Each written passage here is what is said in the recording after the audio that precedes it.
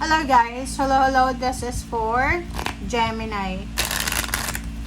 Gemini, welcome dito sa aking channel, Kapalaran 888. I hope na makaresonate kayo. I hope na makuha nyo yung message.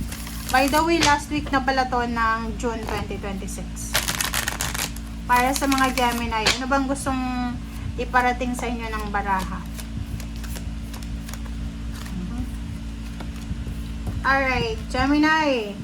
First two cards natin. A blessing on a battle that cannot be avoided. Wow! So, kung makikita mo dito, sinasabi ng baraha sa'yo, Gemini, na sa linggong ito, if ever lang na may mga away, gulo, kompetensya, may mga hindi mo maiiwasan na problema, sa linggong ito, siguro kailangan mong mag-pray. Kailangan mong mag-pray na sana makaalis ka sa kung ano man na temptation nito. Kasi parang nakikita ko sa'yo dito, napapaligiran ka ng temptation.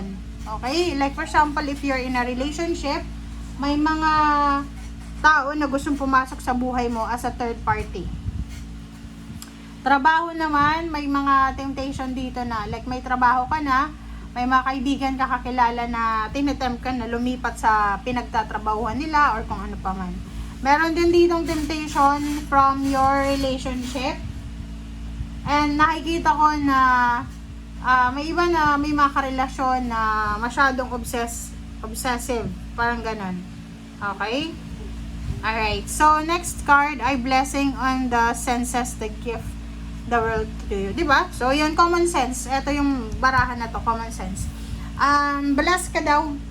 Bless ka daw, Gemini, kasi may common sense ka. Ganun talaga, guys. May mga taong walang common sense. So, kung may common sense tayo, we should be thankful and grateful kasi bless ka na may common sense ka. Diba? So, sa dalawang baraha na yan, sinasabi dyan sa'yo ng baraha na as much as possible, guys, kung may mga tao na tinitrigger kayo, kasi hindi yun mawawala eh.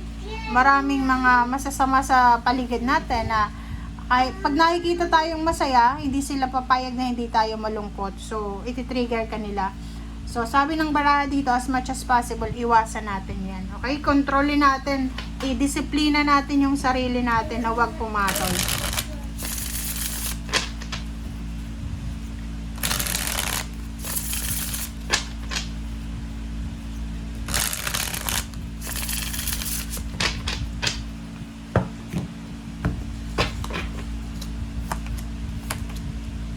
Okay, first card sa second deck ay 7 of Cups and 10 of Cups. Nakikita ko sa'yo dito, Gemini, you have several choices and options.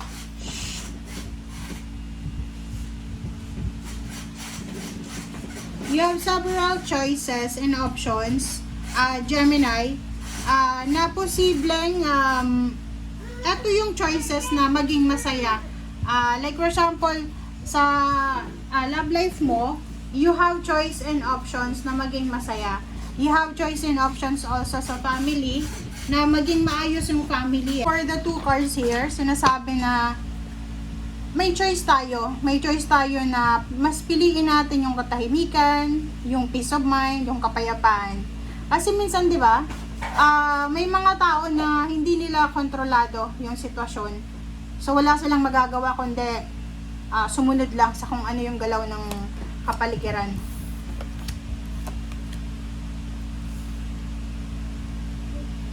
Okay, next naman ay King of Wands and Nine of Swords. Nakikita ko sa'yo dito, sa trabaho siguro medyo kung bago ka lang, nag-a-adjust ka pa. Okay?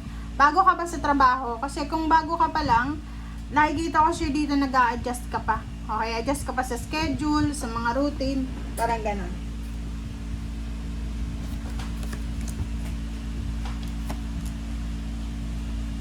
Okay, next is King of Pentacles, Seven of Pentacles. Oh, nag-aantay ka dito. You're waiting for the big breakthrough. You're waiting for the lump sum of money. You're waiting for the recognition, the rewards, the awards. Are you waiting for the big victory and success, which is normal yan. Normal yan sa tao na mag-i-expect ka kasi alam mo yung worth mo.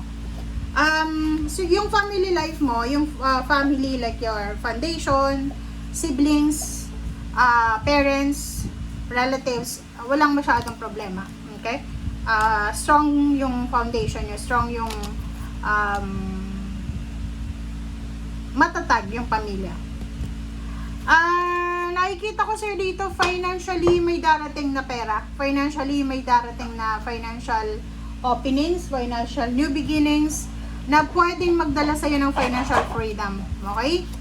Next is Knight of Wands. O yun, o. Exciting siya, ha?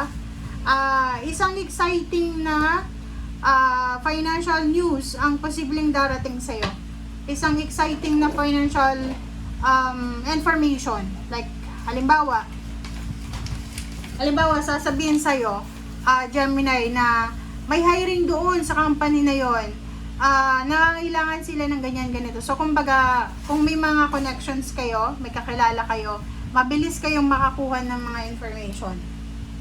Okay, Six of Cups. Wow.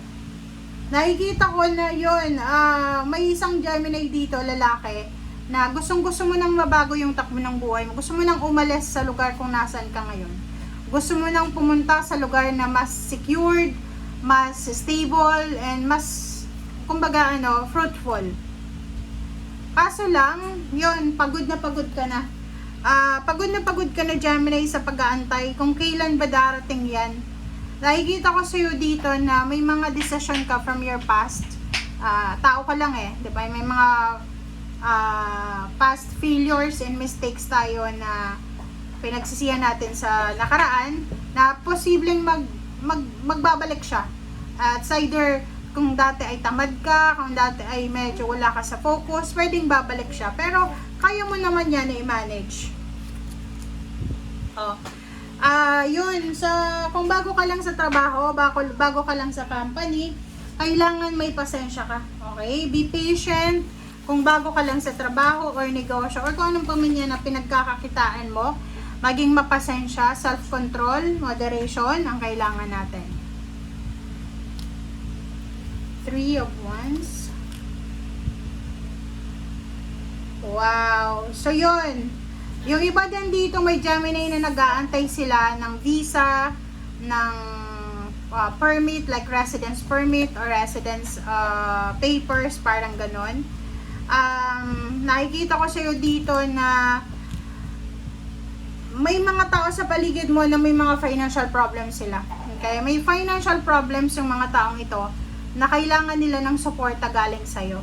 So, yun, pwedeng parents o reverse ng Four of Swords. So, nakikita ko sa'yo dito, mayroon kang kapamilya. It's either kapatid mo, magulang, or kung ikaw parent, yung anak mo.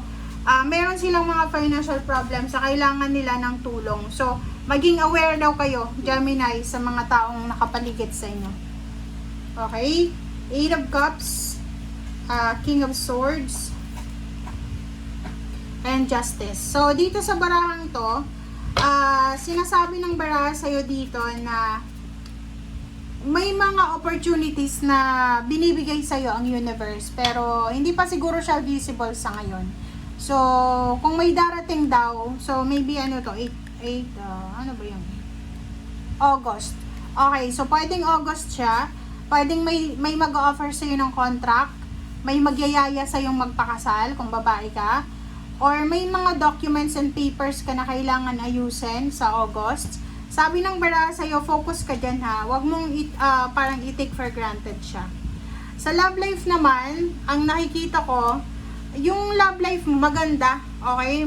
Like, for example, kung dating pa lang kayo, or ano ba yung relationship nyo, maganda yung relationship mo kasi positive yung aura ng karelasyon mo. And sa ilalim neto, matutulungan ka niya. Pwedeng siya yung maging strength mo. Diba? Three of Pentacles to Ibig sabihin niya, maganda yung aura nyong dalawa as a couple. Mag-asawa man kayo or mag-boyfriend, girlfriend, mag-live-in partner. Marami kayong blessings na makukuha, lalo sa pera. Kung magnenegosyo din kayong dalawa, sinasabi ng baraha, swerte kayong dalawa na magsimula ng negosyo. Okay? Thank you guys for watching. Bye!